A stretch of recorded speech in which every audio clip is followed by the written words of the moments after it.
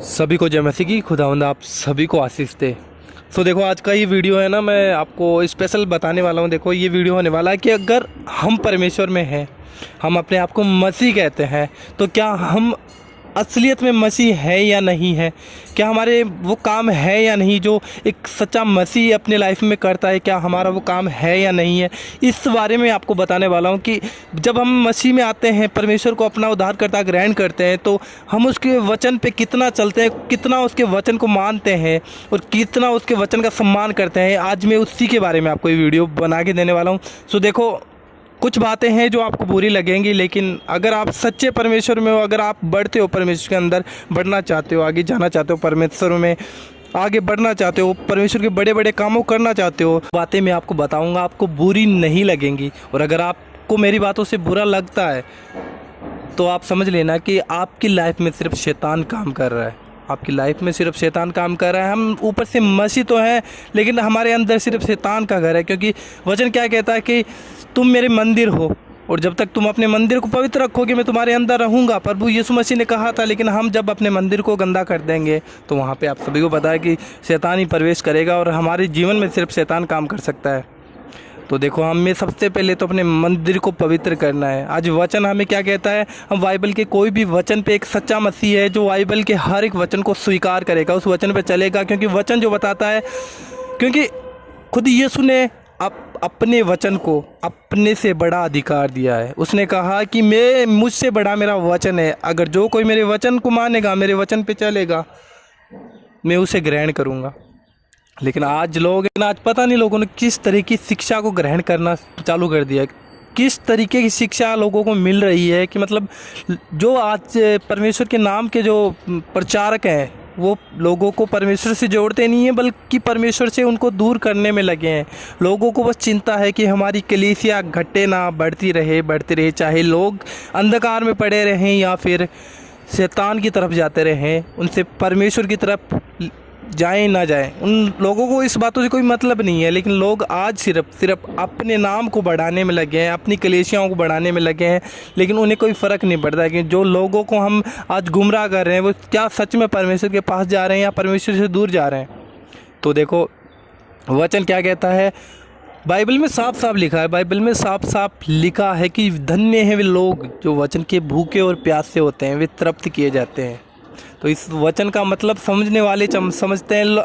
बहुत से लोग हैं जो आपको वचन सुना देंगे, लेकिन वचन का मतलब कोई आपको नहीं बताएगा। देखो वचन क्या कहता है कि धन्य हैं वे लोग जो वचन के भूखे और प्यासे होते हैं, वे तृप्त किए जाएंगे। अगर हम परमेश्वर के वचन के भूखे हैं तो हमें इस चीज़ का मतलब 1% भी शक नहीं होनी चाहिए, कुछ शंका नहीं होनी चाहिए कि वचन है, अगर कहीं पे भी चलता है, किसी भी छोटे या बड़े जन के द्वारा अगर वचन सुनाया जाए तो हमें ग्रहण करना चाहिए, वचन को सुनना चाहिए। क्योंकि वे ही लोग वचन के भूखे और प्यासे होते हैं जो वचन के लिए इधर उधर भटकते फिरते हैं। कहीं पे भी परमेश्वर का वचन मिले तो हम सुने, उसको अपनी लाइफ में ग्रहण करें, उस वचन पे चलें। वे लोग परमेश्वर के वचन के भूखे और प्यासे होते हैं, और ऐसे ही लोग परमेश्वर के वचन के द्वारा तृप्त किए जाते हैं। वे लोग आत्मा में आगे बढ़ते हैं, परमेश्वर के पास बढ़ते हैं, ऐसे ही लोग। और लेकिन आज बहुत से लोग हैं, बहुत से प्रचारक हैं जो इन वचनों का पता नहीं क्या क्या मतलब निकाल के आज लोगों को ना अंधकार की तरफ धकेलते हैं, सिर्फ अंधकार की तरफ धकेलते हैं। बाइबल में ऐसा कहीं पे नहीं लिखा है।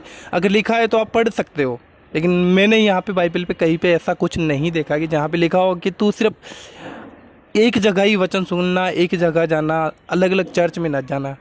क्यों बाइबल में ऐसा कहीं पे नहीं लिखा है कि हम सिर्फ एक ही जगह पे वचन सुन सकते हैं। जो वचन के भूखे और प्यासे होते हैं वो वचन के लिए दर दर भटकते हैं, वचन के लिए भागते हैं, दौड़ते हैं। उन्हें जहीं कहीं पे भी वचन मिलता है वो सुनते हैं, वचन को उनको अपनी लाइफ में ग्रहण करते हैं। लेकिन आज जो सिर्फ अपनी कलीसियाओं को बढ़ाने में लगे हैं, लोग सिर्फ अपनी कलीसियाओं को, अपना नाम बढ़ाने में लगे हैं, उनको फ़र्क नहीं पड़ता। वो सिर्फ अपने आप अपनी तरफ लोगों को खींचते हैं, उनको डर रहता है कि कहीं ऐसा ना हो कि हमारी कलीसिया हमसे दूर हो जाए। उनको डर रहता है कि हमारी कलीसिया हमसे दूर ना हो जाए। तो लोगों को आज वचन का सही मतलब न बता के लोगों को भरमाया जा रहा है, और जो भरमाया जा रहा है वो परमेश्वर में नहीं बल्कि शैतान की तरफ बढ़ता जा रहा है हर दिन। हम सोचते होंगे कि आज जो लोग हैं, बहुत से लोग हैं आज ये सोचते हैं कि लोग कभी कौन सी चर्च में जाते हैं, कभी किस चर्च में जाते हैं। ऐसा कुछ बाइबल में नहीं लिखा है कि क्या तुम एक ही चर्च में जाना, कि तुम एक ही चर्च में जाके एक ही जगह पे आराधना करना, ऐसा कहीं पे नहीं लिखा है। साफ साफ वचन ये कहता है कि धन्य वे लोग जो वचन के भूखे और प्यासे रहते हैं, वह जाएंगे जहाँ उनको वचन मिलेगा, वे वहाँ पे सुनेंगे वचन को। और वचन क्या कहता है कि धन्य है वे लोग जो वचन के भूखे प्यासे होते हैं।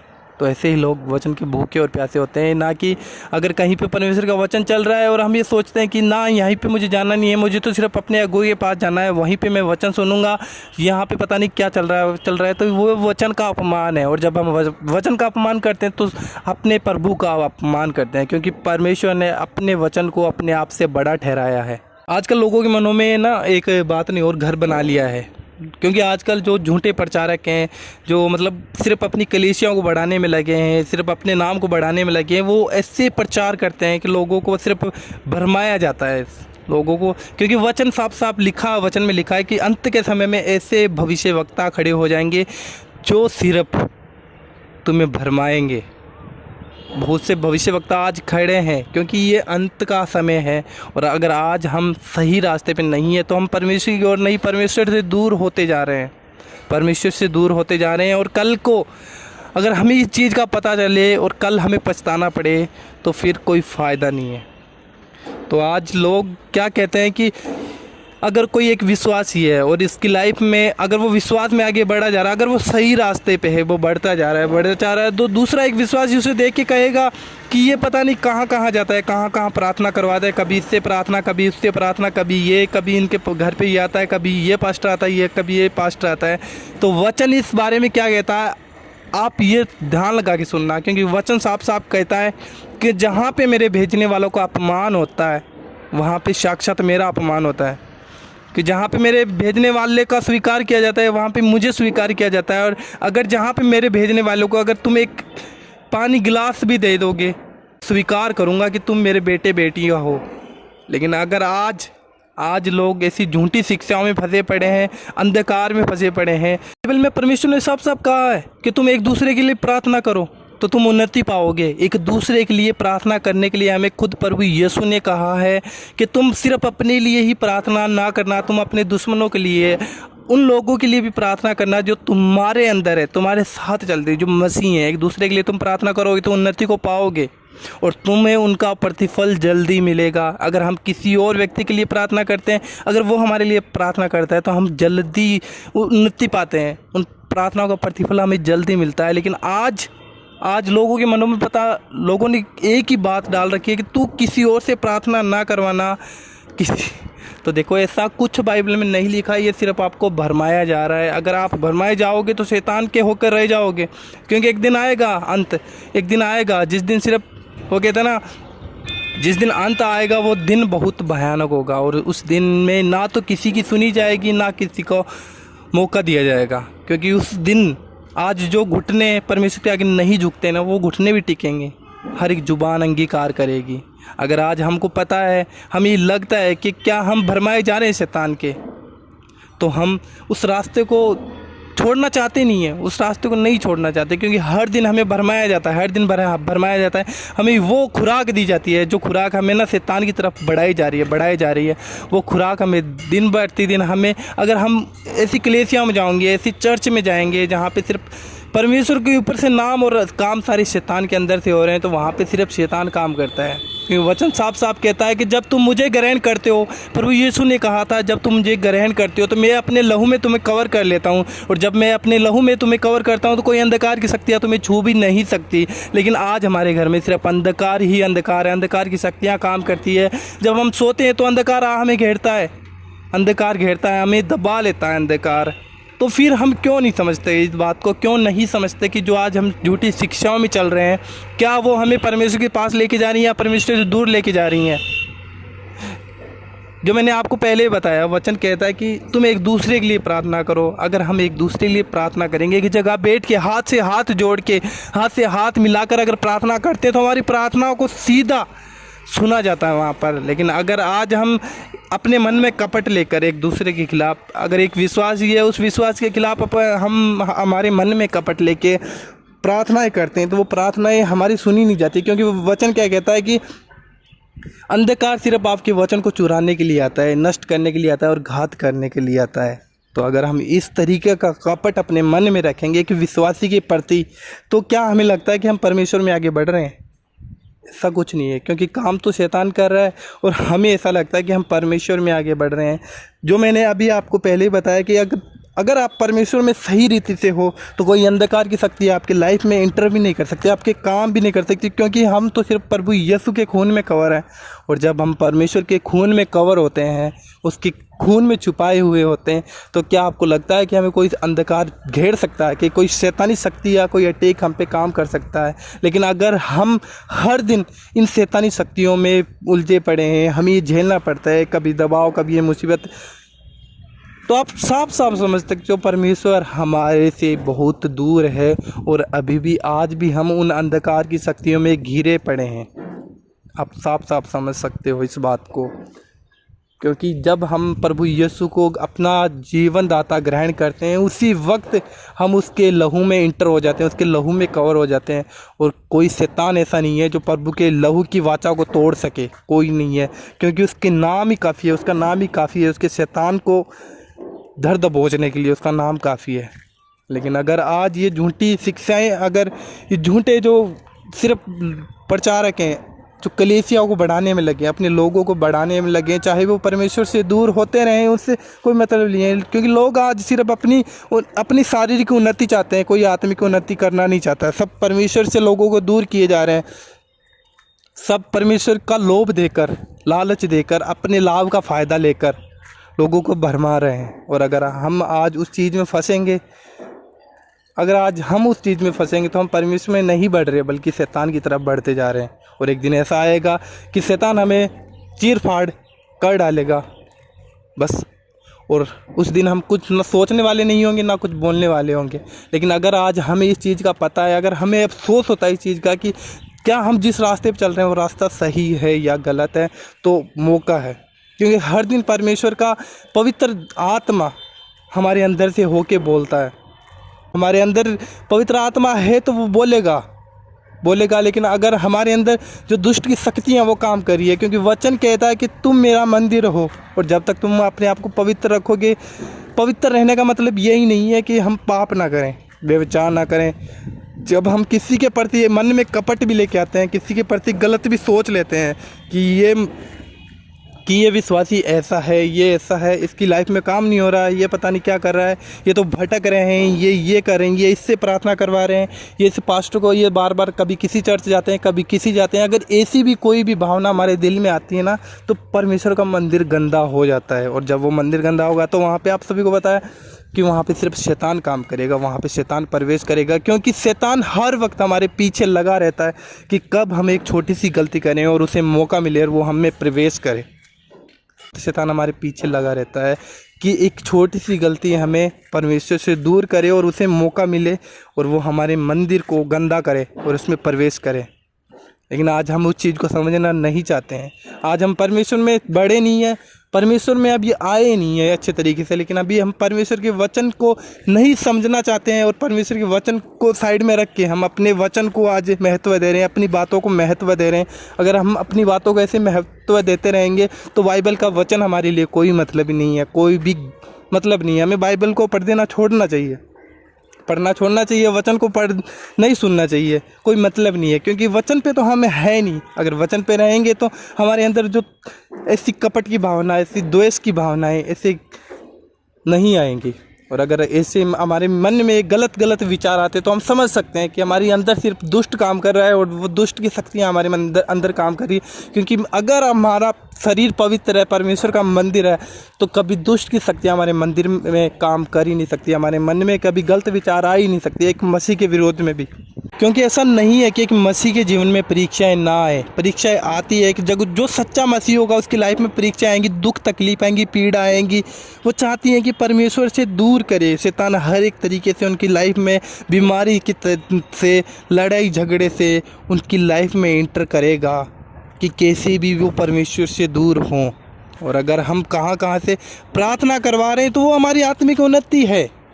अगर हम किसी पास्टर से प्रार्थना करवा रहे हैं तो वो विश्वास हमारा परमेश्वर पे है कि हम प्रार्थनाओं पे विश्वास कर रहे हैं, ना कि दुनियावी रीतियों चीज़ों पे।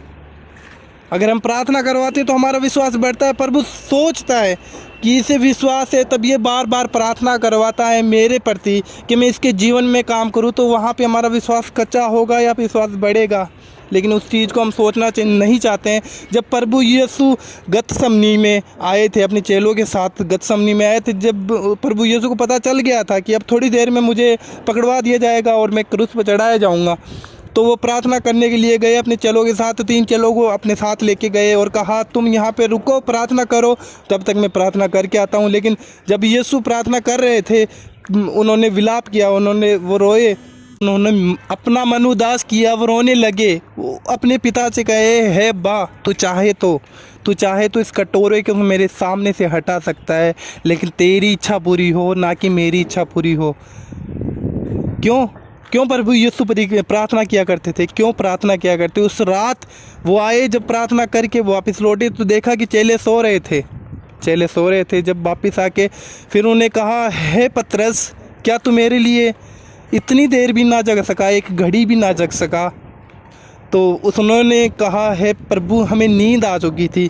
तो फिर से प्रभु ने कहा, तुम प्रार्थना करो, तब तक मैं फिर से आता हूँ प्रार्थना करके। जब प्रभु यीशु फिर से प्रार्थना करने गए और फिर दोबारा से आके देखते हैं तो फिर से उन्हें सारे चेले सोते हुए मिले और फिर उनकी आंखों में इतनी नींद थी कि वो कोई जवाब देने लायक नहीं थे। फिर से प्रभु वहाँ से चले गए और उन्हें कहा कि जागते रहो, तुम प्रार्थना करते रहो। जब फिर प्रभु यीशु वापस गए प्रार्थना करने के लिए और सेम उसी वर्ड में प्रभु यीशु ने प्रार्थना की, अपने पिता से प्रार्थना की। और प्रार्थना करके जब वह वापस आया तीसरी बार तो उन्होंने देखा कि फिर से सारे चेले सोए हुए हैं। तो उसने कहा कि अब सोते रहो और विश्राम करो, क्योंकि अंत वो घड़ी आ चुकी है कि अब मनुष्य का पुत्र मनुष्य के हाथों पकड़ाया जाएगा और उसे क्रूस पे चढ़ाया जाएगा।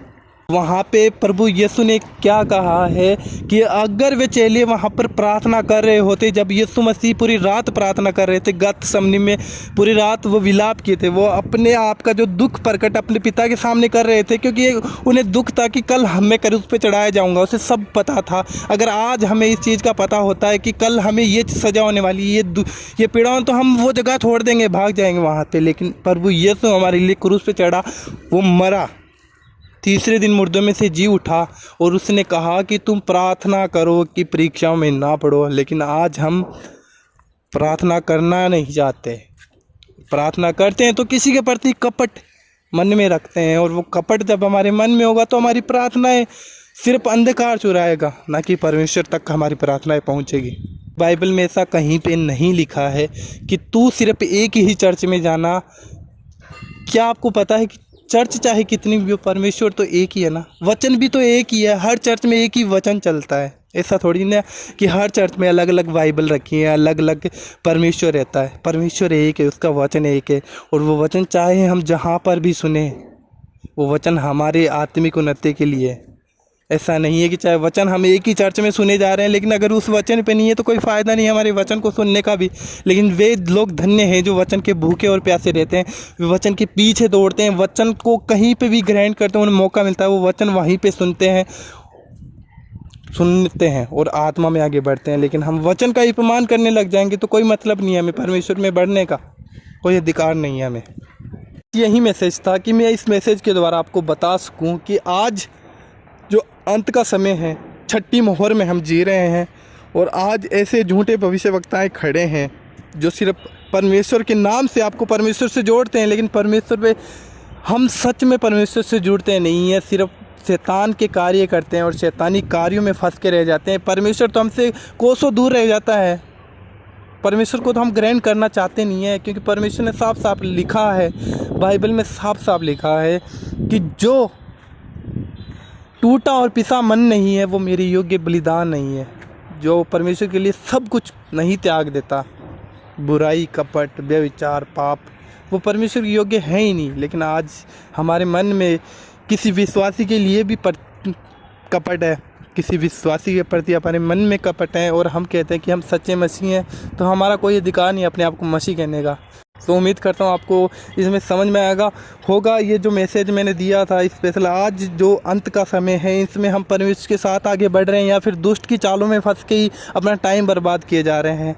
बस मेरा ये मैसेज था, मैंने पवित्र आत्मा की तरफ से होकर ही इस मैसेज को आपको दिया है। अगर आपको समझ में आता है तो आप समझो और सोचो कि आज जिस रास्ते पे हम चल रहे हैं, जो सोचते हैं हम लोगों के प्रति, जो हमारे मन में भावनाएं हैं, क्या वो सही हैं या फिर वो शैतान की तरफ से हैं या फिर परमेश्वर की तरफ से। क्योंकि परमेश्वर हमें एक रहना सिखाता है, एक दूसरे से प्रेम करना सिखाता है, ना कि एक दूसरे के प्रति गलत भावना मन में रखना। वीडियो को पूरा देख के आगे शेयर करना, क्योंकि आज बहुत से लोग हैं जो अंधकार में फंसे पड़े हैं।